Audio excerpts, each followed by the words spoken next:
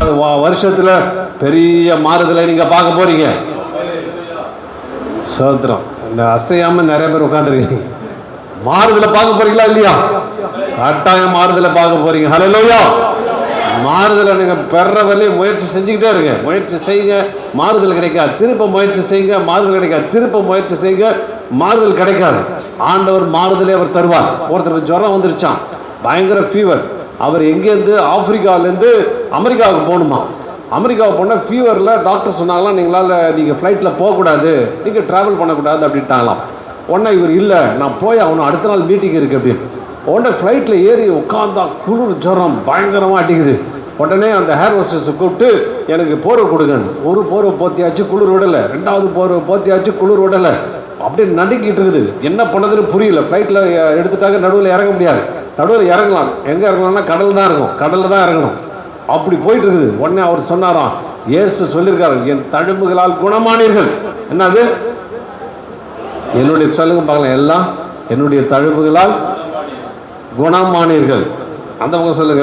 நான் சொல்கிறேன், என்னுடைய தழும்புகளால் நான் குணமானேன் அப்படின்னு சொன்னாராம். ஃபீவர் விடவே இல்லையாம். திருப்பி ரெண்டாவது வாட்டி சொன்னாராம், விடலையாம். இது உண்மையிலே நடந்தது. சொல்லிக்கிட்டே இருந்தாராம். திடீர்னு ஸ்பீடு இன்க்ரீஸ் பண்ணிட்டாராம். நான் குணமாகறவளையும் விட மாட்டேன் அப்படி தொடர்ந்து சொல்லிக்கிட்டே இருக்கும்போது திடீர்னு ஒரு பாயிண்டில் எல்லாம் வேர்த்து போயிடுச்சான். நார்மலுக்கு வந்துட்டாராம். போர்வை தூக்கி போட்டு இயேசுவே உமக்கு நன்றி அப்படின்னு சொன்னார். ஆமென். இயேசுகிட்ட கேட்குறீங்க, உங்களுக்கு கேட்காத மாதிரி இருக்குது, திருப்பி கேளுங்க. கேட்காதமா திருப்பி கேளுங்க, முடிவெடுங்க. கூட்டுக்கிறவரையும் விட மாட்டேன். ஆமென். அல்லேலூயா. திருக்கிறவரையும் விட்டுக்கிறவரையும் விட மாட்டேன், நான் அதை பெற்றுக்கொண்டே தீர்வேன் அப்படின்னு ஒரு தீர்மானத்துக்குள்ள வரும்போது தேவனுடைய வாழ்க்கையில பெரிய காரியங்களை அவர் செய்கிறார், நன்மைகளை அவர் செய்கிறார். அதனால முயற்சினா ஏதோ ஒரு நாள் முயற்சி இல்லை, தொடர் முயற்சி. ஆமென். தொடர்ந்து முயற்சி. அந்த முயற்சியில தீவிரம் இருக்கணும். அப்படியே சாதாரண முயற்சி, அடுத்து இன்னும் முயற்சி, தீவிர முயற்சி. ஆமென். தீவிரமா முயற்சி. அப்போ முயற்சி எடுக்க எடுக்க எடுக்க ஆவி ஆத்மாசம் 3 முயற்சி செய்ய ஆரம்பிச்சிடும். நீங்கள் நிச்சயமாக ஜெயிப்பீர்கள். நீங்கள் பெற்றுக்கொண்டே தீர்வுகள். உங்களுக்கு கிடைத்த ஜெபித்த காரியம் கிடைத்தே தீரும். அதனால் வந்திருக்கிற நீங்கள் இந்த வருஷத்தில் எத்தனை விஷயத்தெல்லாம் தோல்வி கண்டிருக்கீங்களோ, தோல்வி அடைஞ்சிருக்கீங்களோ, இந்த வருஷத்தை திரும்ப திரும்ப முயற்சி செஞ்சு ஜெபம் பண்ணி முயற்சி செய்து ஆண்டவர் கொடுக்க வாய்ப்புகளை பயன்படுத்துகிறீங்க. ஆண்டவர் வாழ்க்கையில் பெரிய காரியங்களை செய்வார். அதனால் இந்த நேரத்தில் நாம் பாடலோடு கூட தேவனுடைய சுவிசேஷத்தை கேட்க போகிறோம். நம்ம எல்லாம் கரங்களை தட்டி அருமையான சுவிசேஷகர் பிரவீன் அவர்களை வரவேற்போம். என்றென்றும் மாறாதவர், அவர் என்றென்றும் மாறாதவர். ஈசு நல்லவர், ஈசு நல்லவர், என்றென்றும் மாறாதவர், அவர் என்றென்றும் மாறாதவர். ஈசு நல்லவர், ஈசு நல்லவர், என்றென்றும் மாறாதவர், அவர் என்றென்றும் மாறாதவர், அவர் என்றென்றும் மாறாதவர். குருடரின் கண்களை திறப்பவர், அவர் நல்லவர் நல்லவரே. செவிடரின் செவிகளை திறப்பவர், அவர் நல்லவர் நல்லவரே. ஹல்லேலூயா. சத்தமா ஹல்லேலூயா. நல்ல கையெழுத்துக்கு சொல்லுங்க ஹல்லேலூயா. இங்க வந்து உட்கார்ந்து நம்ம ஆராதிக்கிற இயேசு எப்படிப்பட்ட ஆண்டவர் தெரியுமா? அவர் சும்மா உங்க பிரச்சனையை மாத்திரம் கேட்டு போற ஆண்டவர் இல்லை. அவர் குருடருடைய கண்ணெல்லாம் அவர் பார்க்க வைக்கிறாராம். ஒரு அம்மையன் பார்க்க முடியாதவங்களெல்லாம் பார்க்க வைக்கிறாரு, கேட்க முடியாதவங்களெல்லாம் ஆண்டவர் கேட்க வைக்கிறாரு. அப்படிப்பட்ட ஆண்டவர் தான் இயேசு கிறிஸ்து. ஈஸியான சரணம் இது 2 மட்டும் தான். என் கூட சேர்ந்து சொல்ல போறீங்க. குருடரின் கண்களை திறந்தவர், அவர் நல்லவர் நல்லவரே. செவிடரின் செவிகளை திறந்தவர், அவர் நல்லவர் நல்லவரே. அவர் நல்லவர், சர்வ வல்லவர், அவர் கிருபை என்றும் உள்ளது. அவர் நல்லவர், சர்வ வல்லவர், அவர் கிருபை என்றும் உள்ளது. ஈசுன இயேசு நல்லவர், என்றென்றும் மாறாதவர். அவர் என்றென்றும் மாறாதவர், அவர் என்றென்றும் மாறாதவர். ஹல்லேலூயா. நல்ல உற்சாகமாக ஹல்லேலூயா. கர்த்தர் நல்லவர். கர்த்தருடைய நாமம் மகிமைப்படட்டும். இந்த நாளில் உங்களோடு கூட இருப்பதில் எனக்கு ரொம்ப மன மகிழ்ச்சி. எல்லாரும் நல்லா இருக்கிறீங்களா? எல்லாரும் நல்லா இருக்கிறீங்களா?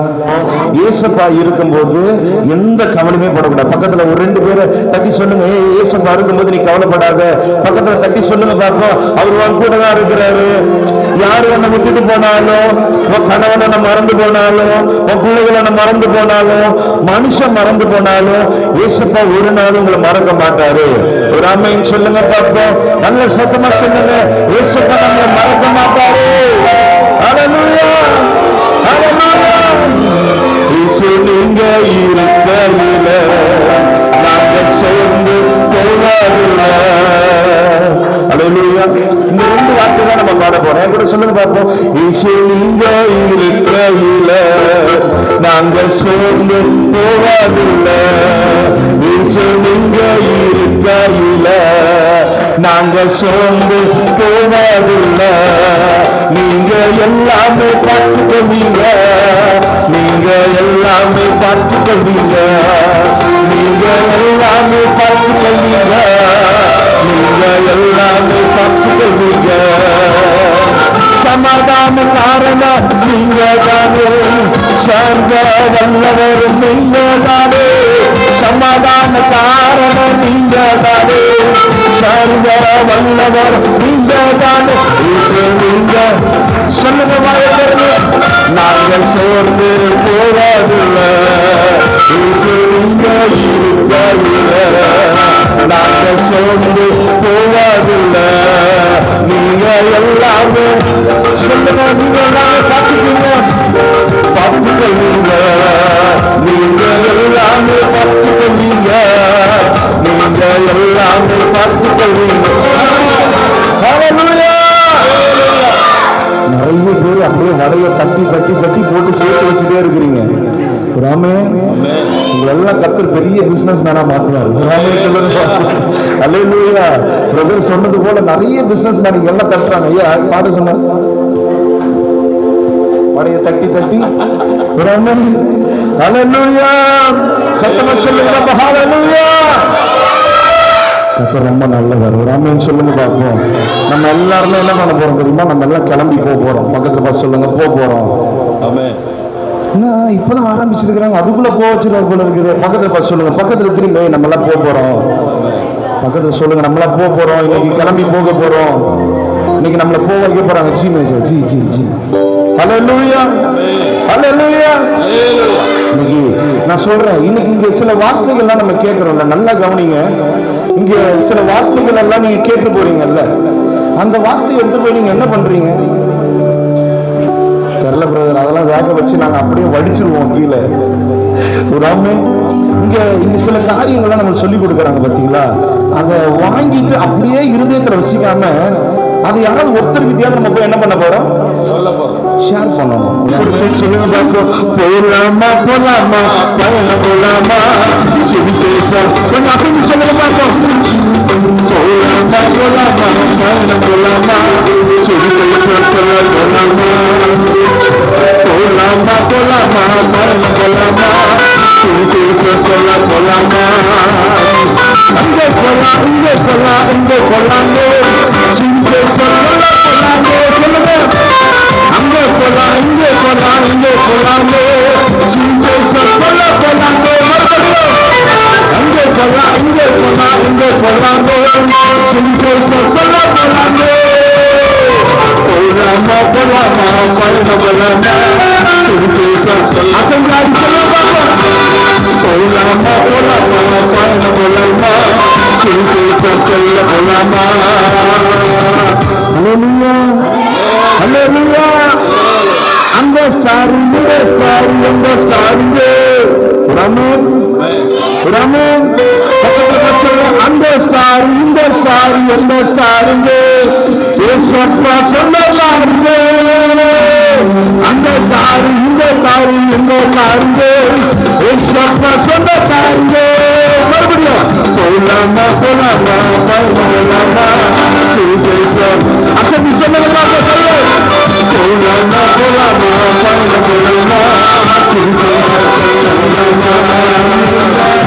எப்பொழுதும் சந்தோஷமாயிருங்க, எப்பொழுதும் சந்தோஷமாயிருங்க.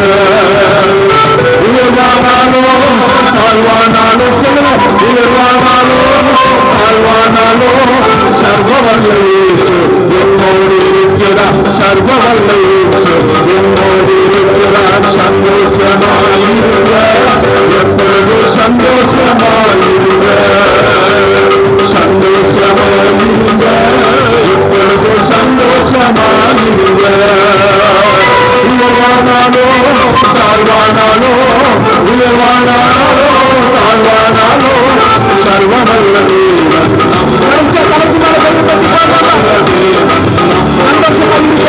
சந்தோஷமாயிருக்க, எப்பொழுதும் சந்தோஷமாயிருக்க, சந்தோஷமாயிருக்க, எப்பொழுதும் சந்தோஷமாயிருக்க.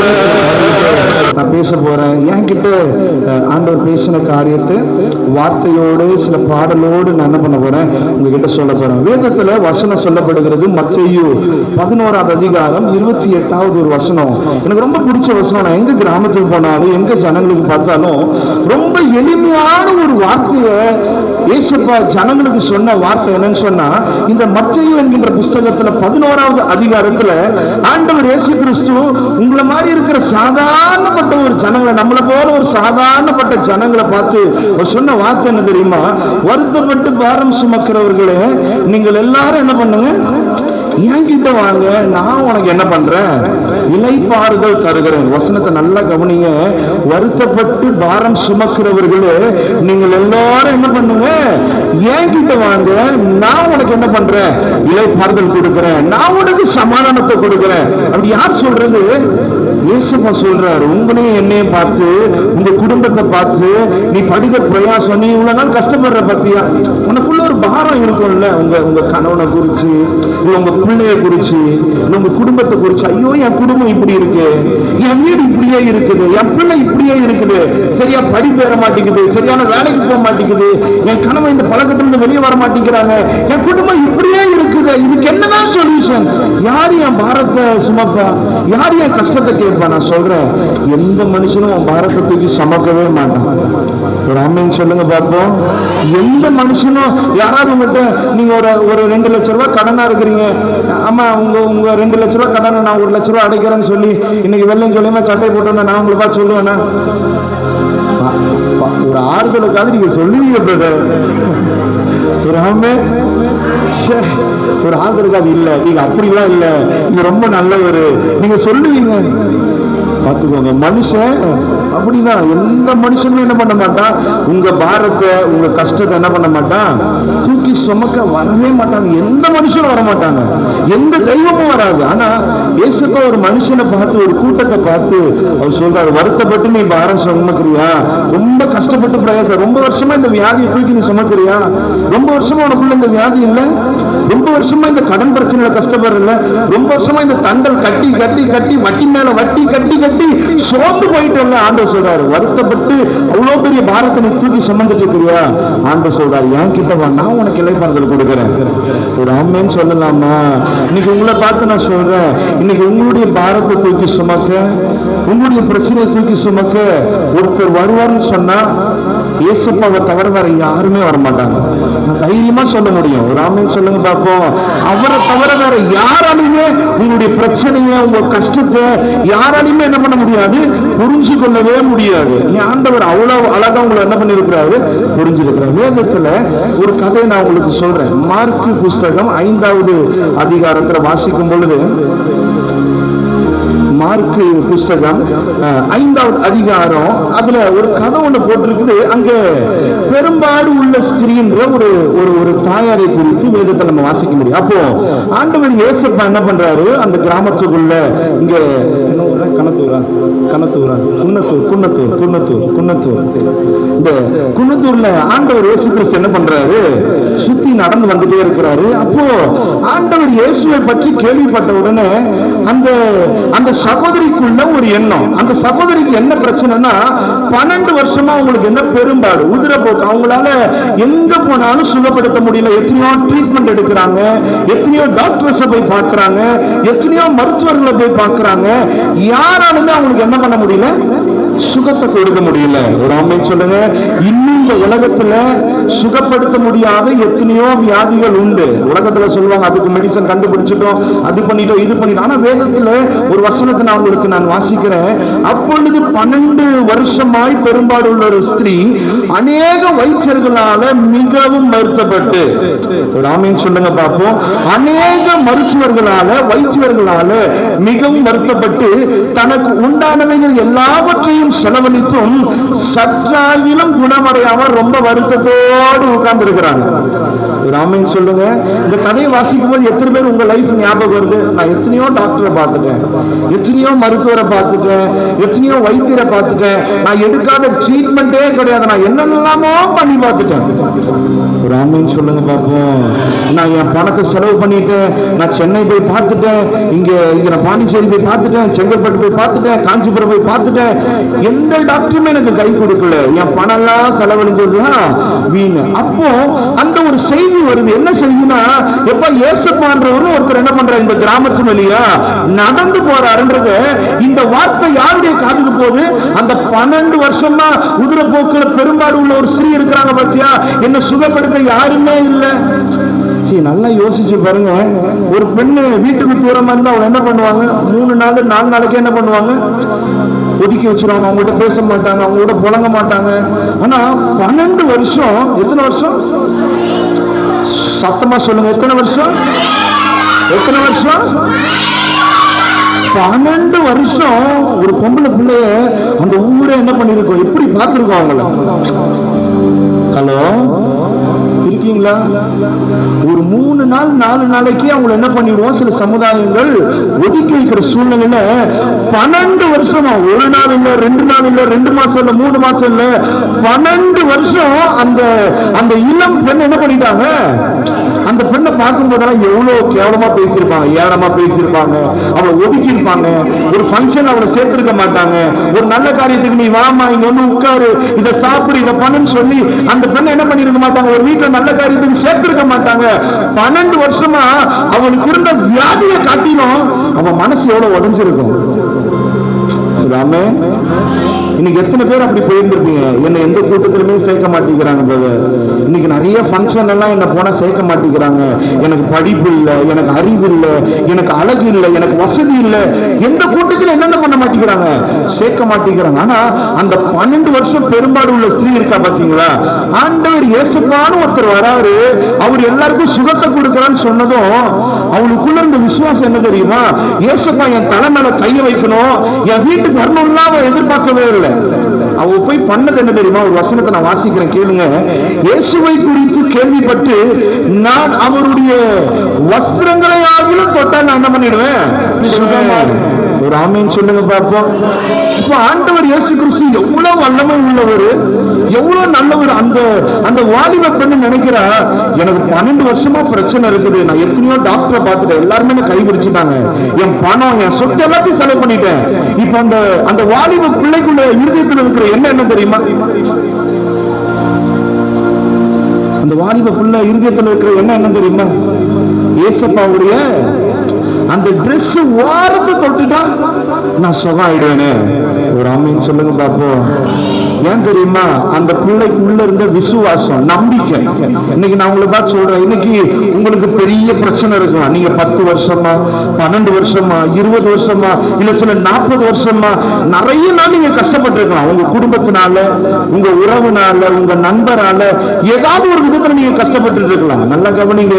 உங்களுக்கு நான் சொல்றேன், இன்னைக்கு அந்த இயேசு அந்த பேர் அறிஞ்சு போனா பாத்தீங்களா, அவங்களோட இயேசுவோட அந்த வஸ்திரத்தின் தொங்கல அந்த வார்த்தை தொட்டுட்டா அந்த 12 வருஷம் வியாதி வந்து என்ன பண்ணிடுவேன், சுகமாகிடுவேன். அந்த நம்பிக்கை வேதவசனம் சொல்லப்படுகிறது.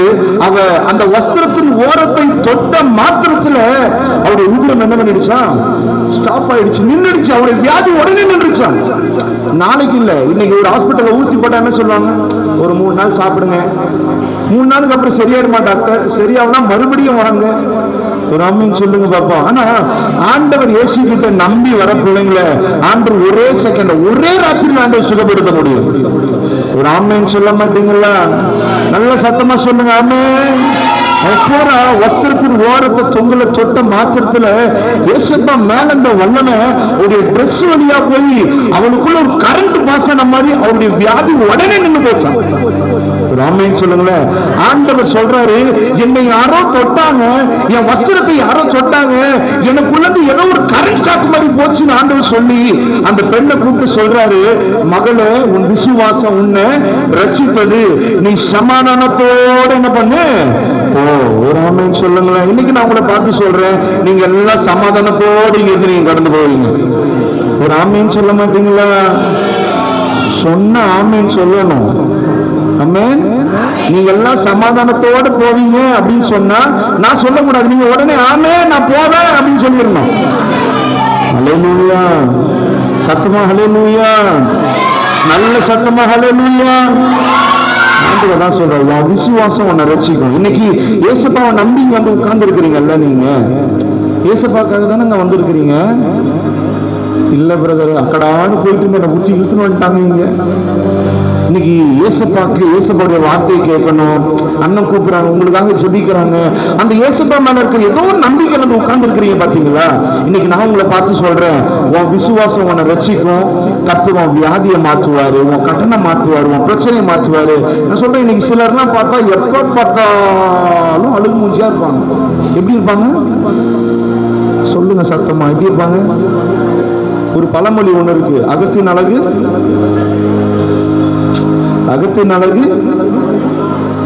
முகர கட்டைங்களை பார்த்தா தெரியும். ஏன் முகர கட்டை அப்படின்னு வச்சாங்கன்னா அது கட்டை தான், அது சிரிக்காது, அது அழாது, அதுக்கு ஒண்ணும் தெரியாது. பக்கத்துல பாரு, அகத்தின் அழகு. பக்கத்துல பாருங்களேன். நீங்க சொல்றீங்களா, அந்த கட்டையெல்லாம் என்னால பார்க்க முடியல பிரதர். அல்லேலூயா. அகத்தின் அழகு எல்லாம் முகர கட்டையை பார்த்தாலும் தெரிஞ்சிடும். ஆனா ஆண்டவர் என்ன தெரியுமா சொல்றாரு, நீ கவலைப்படுறதுனால, நீ கஷ்டப்படுறதுனால உன் சரீரத்துல ஒரு முளத்தை கூட்டவும் முடியாது, குறைக்கவும் முடியாது. நிறைய பேர் யோசிக்கிறீங்க, ஆமா பிரதர், ரொம்ப நாளா ட்ரை பண்ணிட்டு இருக்கேன், வெயிட்டை குறைக்கிறதுக்கு பெரும்பாடு படுற முடியல. அல்லேலூயா. வேத வசனம், இன்னொரு வசனத்தை நான் சொல்றேன். மத்தேயு 6வது அதிகாரத்துல சொல்லப்படுகிற 27வது வசனம், கவலைப்படுகிறதுனால இல்ல, நீ கவலைப்படுறதுனால உன் சரீரத்துல ஒரு மரத்தை கூட்ட முடியுமா, ஒரு இன்ச்சு இறக்க முடியுமா நம்மளால? ஆண்டவர் சொல்றாரு, கவலைப்படாத. எதை குறித்து நீ என்ன பண்ணாத, கவலைப்படவே படாத. வசனம் சொல்லப்படுகிறது 25வது வசனம், ஆகையால் எண்ணத்தை உண்போம் எதை குடிப்போம் என்று உங்கள் ஜீவனுக்காக, எண்ணத்தை உடுப்போம் என்று சரீரத்துக்காகவும் கவலைப்படாதிருங்கள். உங்களுக்கு சொல்லுகிறேன், ஆகாரத்தை பார்க்கிலும் ஜீவனும் உடையை பார்க்கிலும் சரீரமும் விசேஷமானவைகள். ஆகாயத்து பட்சிகளை கவனித்து பாருங்கள், அவைகள் விதைக்கிறதும் இல்லை, அறுக்கிறதும் இல்லை, களஞ்சியங்களில் சேர்த்து வைக்கிறதும் இல்லை, அவைகளை உங்களுக்கு பரமபிதா பிழை கூட்டுவார் என்று சொன்னால், அவைகளை பார்க்கலாம். சொல்லுங்க, நீங்களும் நானும் ரொம்ப விசேஷமானவர்கள். பக்கத்துல பார்த்து சொல்லுங்க, நீ ரொம்ப ஸ்பெஷலான பர்சன். சொல்ல மாட்டேங்கிறீங்களே, நான் இறங்கி வரணுமாக்கல. பக்கத்துல பார்த்து சொல்லுங்க, நீங்க ரொம்ப ஸ்பெஷலான பர்சன். பாட்டி திரும்பி பக்கத்துல பார்த்து சொல்லுங்க, நீங்க ரொம்ப ஸ்பெஷலான பர்சன்யா. நான் அவகிட்டலாம் நான் திரும்பி பேச மாட்டேன், நான் விட்டுரு. பக்கத்துல பர்சன், நீங்க ரொம்ப ஸ்பெஷலான பர்சன், நீங்க ரொம்ப விசேஷமானவங்க. ஆண்டவர் என்ன தெரியுமா சொல்றாரு, ஆகாயத்து பறவைகளை பாரு, அது விதைக்கிறது இல்ல, அது நூற்கிறது இல்ல, அது சேர்த்து வைக்கிறது இல்ல. அந்த காகத்துக்கே நான் போஷி பண்ணா, அழகா உட்கார்ந்து இருக்கிற உன்னை நான் போஷிக்க மாட்டேனா, உனக்கு நான் கொடுக்க மாட்டேனா? என்ன தேடி வந்துட்டேன், என் வார்த்தையை தேடி நீங்க வந்திருக்கிற, சர்ச்சில் வந்து உட்கார்ந்து இருக்கிற ஏசப்பா போதும் சொல்லி உட்கார்ந்து இருக்கிறீங்க, உன்னை நான் எப்படி விடுவேன்? வசனம் அழகா சொல்லப்படுகிறது, முதலாவது தேவனுடைய ராஜ்யத்தையும் அவருடைய நீதி தேடு, அப்பொழுது எல்லாம் உனக்கு கூட கொடுக்கப்படும். சத்தமானாமே புரிஞ்சுதான் உங்களுக்கு வசனம். முதலாவது இயேசுப்பாவை தேடு, அப்பொழுது உனக்கு எல்லாமே கூட கொடுக்கப்படுமா. ஒரு ஆமீன் சொல்லுங்க, சத்தமா ஒரு ஆமீன் சொல்லுங்க. நீங்க எல்லாம் ஒரு கல்யாண வீட்டுக்கு போறீங்க, சொல்லுங்க. நீங்க எல்லாரும் ஒரு கல்யாண வீட்டுக்கு போறீங்க, நீங்க எல்லாரும் ஒரு கல்யாண வீட்டுக்கு போறீங்க. நீங்க எல்லாருமே மட்டன் பிரியாணி போடுற ஒரு கல்யாண வீட்டுக்கு போறீங்க. எல்லாருமே ஒரு கல்யாண வீட்டுக்கு போறீங்க. அப்ப போகும்போது அந்த இலையில ஃபர்ஸ்ட் நம்மளுடைய எதிர்பார்ப்பு எதுவா இருக்கும்? எதுவா இருக்கும்? சோறு மட்டும் வை, எனக்கு ஐஸ்கிரீம் வேண்டாம், எனக்கு பச்சடி வேண்டாம், எனக்கு ரைத்தா வேண்டாம், எனக்கு தால்ச்சா வேண்டாம், எனக்கு சாப்பாடை மட்டும் கொண்டு. அதுவும் சிலர்லாம் ரெண்டாவது கூட என்ன பண்ணுவாங்க, ஃபர்ஸ்ட் பிளேட் எடுத்துருவாங்க, எனக்கு பேசலாம் வேண்டாம். என்ன பண்ணு, நான் என்ன தெரியுமா சொல்றேன், நீ பிரியாணி நீ வாங்கிட்டேன்னு வையன், ஆட்டோமேட்டிக்கா இதெல்லாம் உனக்கு கூட வச்சிருவாங்க. இன்னைக்கு நம்ம ஜனங்க ஏன் தெரியுமா அவ்வளவு கஷ்டப்படுறாங்க? அந்த தயிர் பச்சடிக்கும், அந்த கத்திரிக்காவுக்கும், அந்த பிரெட் அல்வாக்கும் இதுக்கு ஆசைப்பட்டு பயக்கூடிய பிரியாணியை விட்டுருதுங்க. ஒரு ஆமே வந்த உடனே பிரெட் அல்வா அப்பதான் வச்சுட்டு போயிருக்கோம், 4 தடவை கூப்பிட்டு போய் பிரெட் அல்வா வை, மறுபடி வை, இன்னொரு கரண்டி வை. 4 கரண்டி சாப்பிட்டு முடிச்சதுக்கு அப்புறம் பிரியாணி அவனால சாப்பிட முடியாது. இன்னைக்கு உலகத்துல இருக்க நம்மளும் என்ன தெரியுமா, உலகத்துல சுத்தி இருக்கிற அந்த சின்ன சின்ன காரியத்துக்கு, அற்ப காரியத்துக்கு ஆசைப்பட்டு ஆண்டவர் நம்மளுக்கு வச்சிருக்கிற பெரிய ஒரு ஆசீர்வாதத்தை நம்ம என்ன பண்ணிடுறோம், மிஸ் பண்ணிடுறோம். அதுதான் ஆண்டவர் சொல்ற, முதலாவது நீ பிரியாணியை தேடு, அப்பொழுது உனக்கு ரைத்தா உனக்கு கூட கொடுக்கப்படும். சொல்லுங்க பாப்போம். எந்த ஹோட்டலையுமே ரைத்தாவை நாடு உனக்கு பிரியாணி வைக்கப்படும் சொல்லவே இல்லை.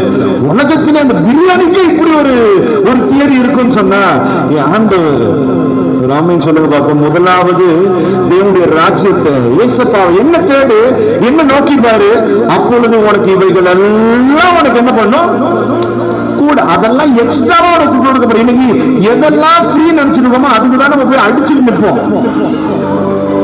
ஹலோ, எதெல்லாம் இலவசம் கொடுக்குறாங்கன்னா அதுக்கு தான் போய் மாங்குன்னு அடிச்சுட்டு உருண்டு பரண்டு இருப்பான். ஆண்டவர் சொல்றான், முதலாவது என்ன தேடு, ஃபர்ஸ்ட் என் சர்ச்சுக்கு வா, இங்க வந்து உட்காரு, ஆண்டவரை தேடு, கர்த்தருடைய வசனத்தை கேளு, அப்பொழுது உனக்கு எல்லாம் உனக்கு கூட கொடுக்கணும். நீ கேட்க தேவையில்ல. உனக்கு சுகம் வேணுமா, உனக்கு நல்ல ஹெல்த் வேணுமா, உன் வியாதி மாறணுமா, உன் சரீரத்தில் இருக்கிற கட்டி மறையணுமா, உன் குடும்பத்தை ஆண்டவர் கட்டணுமா, உன் வீடை கட்டணுமா, உனக்கு சொந்த வீடு வேணுமா, உன் பிள்ளைக்கு கல்யாணம் நடக்கணுமா, பணம் வேணுமா, இவ எல்லாம் ஆண்டவர் உனக்கு என்ன பண்ணுவாரு, கூட எக்ஸ்ட்ராவா கொடுப்பாரு. பண்ண வேண்டியது என்ன தெரியுமா, முதலாவது தேவனுடைய ராஜ்யத்தை எங்க நான் போய் தேடுவோம், அது எனக்கு என்ன தெரியும், எந்த ரூட்ல போறதுக்கு, எந்த பஸ் எந்த வழியா போகணும், நானு அப்படி ஒரு ராஜ்யன்ற ஊரை நான் இதுக்கு கேள்விப்பட்டதே இல்லையே. இதான் பஸ் ரூட்டு, கூப்பிட்டே போக மாட்டேங்கிறாரு. ஆனா நீங்க கூப்பிட்டே போக மாட்டேங்கிறீங்க. ராமன் சொல்லுங்க பாப்போம். முதலாவது தேவனுடைய ராஜ்யம் எங்க இருக்கு? ராஜ்யம் எங்க இருக்குது? ராஜ்யம் எங்க இருக்கு சொல்லுங்க. எனக்குள்ளதான். சொல்லுங்க, எனக்குள்ளதான். எனக்குள்ள இல்ல, உங்களுக்குள்ள கையெழுத்து சொல்லுங்க. எனக்குள்ள இருக்குது அந்த ராஜ்யம். எனக்குள்ள எப்படி ராஜ்யம் எனக்குள்ள இருக்குன்னா, இயேசுப்பா வந்தார் பாத்தீங்களா, மேல இருந்து அந்த விண்ணுலக விட்டு இந்த பூமிக்கு வந்து, பூமியில வந்து வாழ்ந்து மரித்து செத்து அப்படியே போல அவர் நமக்குள்ள வந்துட்டார். அவர் எனக்குள்ள வந்துட்டதுனால அந்த தேவ ராஜ்யம் எனக்குள்ள வந்துச்சு. ஒரு ஆமென் சொல்லுங்க பார்ப்போம். அப்படின்னா அந்த ராஜ்யத்தை நான் எப்படி தேடணும்னா, அப்பாவுடைய சமூகத்துல உட்கார்ந்து என்ன பண்ணணும், ஜபம். இன்னைக்கு சொன்னாங்க, அழகா சொன்னாங்கல்ல, நீங்க சமைக்கும் போதும், நீங்க பெட்ரூம்ல தூங்கும் போதும், நீங்க பாத்ரூம்ல இருக்கும் போதும், நீங்க வெளியே பிரயாணம் பண்ணும் போதும், நீ வண்டி ஓட்டினாலும் சரி, தேவ ராஜ்யம் உனக்குள்ள இருக்கனால, இயேசுப்பா உனக்குள்ள இருக்கனால, நீ எங்க தேனாலும் இயேசுப்பா உனக்கு பதில் கொடுப்பார். ஒரு ஆமென் சொல்லுங்க பார்ப்போம். அதுதான் ஆண்டவர் சொல்றார், முதலாவது தேவனுடைய ராஜ்யத்தை தேடு, இயேசுப்பாவை தேடு, எனக்கு நேரத்தை கூடி, என்ன தேடு, என்ன நோக்கி பாரு, நான் உனக்கு இவைகள் எல்லாம் உனக்கு கூட நான் எக்ஸ்ட்ரா கொடுப்பேன். அல்லேலூயா, அல்லேலூயா. இந்த உலகத்துல வாழ்றவங்க எல்லாருக்குமே ட்ரெஸ் தேவை, நல்ல சாப்பாடு தேவை, நல்ல வீடு தேவை, நல்ல வசதி, அதெல்லாமே தேவைதான். என்ன தெரியுமா சொல்றேன், ஃபர்ஸ்ட் இயேசுப்பாக்கு ப்ரையாரிட்டி கொடுத்து பாருங்க, இயேசுப்பாக்கு முதல் இடத்தை கொடுத்து பாருங்க. இன்னைக்கு இங்க வந்திருக்கிறோம்ல, எத்தனை பேருக்கு தெரியும் இயேசுப்பாவை போல ஒரு நல்ல மனுஷன் யாருமே இல்லை, இயேசுப்பா போல ஒரு நல்ல தெய்வம் யாருமே இல்லை. அல்லேலூயா அல்லேலூயா. ஒரு குற்றம் கூட செய்யாத ஒரே ஒரு தெய்வம் இயேசு மட்டும்தான், இயேசு மட்டும்தான். அல்லேலூயா. நல்ல சத்தமா சொல்லுங்க. அல்லேலூயா. இன்னைக்கு எத்தனை பேர் சொல்ல முடியும் இந்த உலகத்துல குற்றம் செய்யாத ஒருத்தர் யாராவது கூட்டிட்டு வந்து நிறுத்த முடியுமா? எந்த ஒரு தெய்வத்தாலையும் எந்த ஒரு மனுஷனை கூட்டிட்டு வர முடியுமா? இன்னைக்கு உலகத்துல காவு வாங்குது, ரத்தத்தை கேட்குது, அதை கேட்குது, இதை கேட்குது, சிலது சுருட்டெல்லாம் கேட்குது. ஆனா ஆண்டவர் ஒரு குற்றம் மனுஷனால கூட அவர் என்ன தெரியுமா பண்ணார்? சிறுவலை தூக்கி அவர் மாட்டி வச்சுட்டாங்க, அரைஞ்சிட்டாங்க. அந்த ஜனத்துக்காக என்ன பண்றாரு? வேண்டுதல் பண்றாரு. ஐயோ என்ன தெரியாம என்ன அடிச்சுட்டாங்க. சில ஜனங்க இருக்கிறாங்க பாத்தீங்களா, ஏசப்பா கிட்ட இருந்து நன்மையை வாங்கிட்டு அற்புதத்தை வாங்கிட்டு ஏசப்பா மேல காரி துப்புறாங்க, அவர் அடிக்கிறாங்க, கொம்பால் அடிக்கிறாங்க, சிலுவையில அவர் ரத்த வெள்ளத்துல தொங்கிட்டு இருக்கிறாரு. அந்த ஜனத்துக்காகவும் ஏசப்பா என்ன பண்றாரா? பரிதபிக்கிறார். ஐயோ என் பிள்ளை தெரியாம பண்ணிடுச்சு. ராமன் சொல்லுங்க பார்ப்போம். நான் சொல்றேன், எந்த ஒரு குற்றம் தப்பு பண்ணாத ஒரு ஆண்டவர் இன்னைக்கு உங்களுக்காக எனக்காகவும் இவ்வளவு பாடு. இந்த உலகத்துல இப்படி ஒரு தெய்வம் எங்கேயாவது இருக்க முடியுமாங்க? நான் போன தடவை வரும்போது என்ன சொல்லிட்டு போனேன்? உங்களுக்காக காவடி தூக்கின ஒரு தெய்வம், ஒரு பூஜாரி. ராமன் சொல்லுங்க பார்ப்போம். நீ உங்களுக்காக ஏதாவது ஒரு பூசாரி காவடி தூக்குவாரா? உங்களுக்காக ஏதாவது பூசாரி தன் சரீரத்தை கிழிச்சு பாரா? ரத்தம் சிந்துவாங்களா? உங்க இடத்துல 2 கட்டு வேணா வாங்கி வைப்பாங்க, 2 அடி கூட வாங்குறதுக்கு அவங்களால. ஆனா ஆண்டவர் சரீரம் ஃபுல்லா ரத்தம் வெள்ளம், சிலுவையில தூக்கி மாட்டிட்டாங்க, 2 கை கால்ல ஆணி, சரீரம் எல்லாம் கிழிஞ்சு ரத்தம் ஊத்துது. சிலுவைய வீதி வழியா அவர் மாத்திரம் தனியா தன் தோல் மேல தூக்கி போட்டுட்டு போறார். அல்லேலூயா, சத்தமா அல்லேலூயா. அப்படிப்பட்ட ஆண்டவரா சொல்றாரு, உங்களை பார்த்து நீ வருத்தப்பட்டு பாரம் சுமக்கிறியா? உன் பிரச்சனை இவ்வளவு பாரத்தை இவ்வளவு நாள் நீ தூக்கி சுமக்கிறியா? நீ ஏன் தூக்கி சுமக்கிற? வா வந்து உட்காரு, என்கிட்ட சொல்லு. இன்னைக்கு நிறைய பேருக்குள்ள ஒரு கேள்வி, எனக்கு ஜெபிக்க தெரியல. இன்னைக்கு அண்ணா அழகா சொன்னார்ல, ஒண்ணுமே இல்லை. ஏசப்பா, அன்புள்ள ஏசப்பா, அதை மாத்திரம் சொல்லிட்டு என்ன பண்றீங்க? நீங்க இருக்கிற எல்லா நாட்டும் நீங்க அதை சொல்லிடுங்க. ராமன் சொல்லுங்க பாப்போம், சத்தமா சொல்லுங்க. அன்புள்ள ஏசப்பான்னு சொல்லி நீங்க பொன்மணி கண்மணி அதெல்லாம் நீங்க ஆட் பண்ணிட்டு, ஏசப்பா எனக்கு இந்த பிரச்சனை இருக்குது, எனக்கு இவ்வளவு போராட்டம் இருக்குது, என் பக்கத்து வீட்டுக்காரனால இவ்வளவு பிரச்சனை இருக்குது, இவ்வளவு பாடு இருக்கு, உபத்திரம், நீங்க எப்படி ஒரு மனுஷன்கிட்ட சொல்லுவீங்களோ அதை போல உட்கார்ந்து நீ ஏசப்பா கிட்ட நீ சொல்லிப்பாரு. கத்தர் ஒரு ராத்திரில கத்தர் உன் சபத்தை கேட்பார். உண்மையாய் நோக்கி கூப்பிடுகிற யாவருக்கும் என் கத்தர் என்ன பண்றாரா? பதிலளிக்கிற ஆண்டவராக இருக்கிறார். ஆமென். சத்தமா ஒரு ஆமென் சொல்லுங்களேன். நான் உங்களுக்கு ஒரு காரியத்தை நான் சொல்லட்டா, நல்லா கவனிக்கிறீங்களா? நான் சொல்லி முடிச்சிடறேன். ஒரு காரியத்தை நான் சொல்றேன். இன்னைக்கு நீங்க ஒரு மனுஷனிடத்துல போய் முறையிடுறீங்கன்னு சொன்னா, இன்னைக்கு நான் ஒரு பிரச்சனையை சொல்றேன்னா அவர் என்ன பண்ணுவார்? எனக்கு பதில், சரி பிரதர், ஒரு மனுஷனிடத்துல போய் என் பிரச்சனையை சொன்னா அந்த அண்ணன் என்ன பண்ணுவாரு? என்கிட்ட பேசுவார், ரெஸ்பான்ஸ் பண்ணுவார். இன்னைக்கு இந்த உலகத்துல எத்தனையோ தெய்வங்கள் இருக்குன்னு சொல்றாங்கல்ல, எத்தனையோ தெய்வங்கள் இருக்கு. நீங்க எந்த தெய்வத்துக்கிட்டையாவது பேசும் பொழுதோ அதை பார்க்கும் பொழுதோ யாராவது உங்களுக்கு பதில் சொல்லி இருக்கிறாங்களா? ஹலோ, யாராவது உங்களுக்கு பதில் சொல்லி இருக்கிறாங்களா? நிறைய நம்ம நிறைய வேண்டுதல்லாம் எடுத்து அங்க பிரதேசனம் பண்ணி அது பண்ணி இது பண்ணி எல்லாமே நாங்களாம் பண்ணவங்க தான். எல்லாம் பண்ணும்போது வசனம் சொல்லுது, அவங்களுக்கு காது இருந்தும் கேட்காது, கண்ணு இருந்தும் பார்க்காது, மூக்கு இருந்தும்.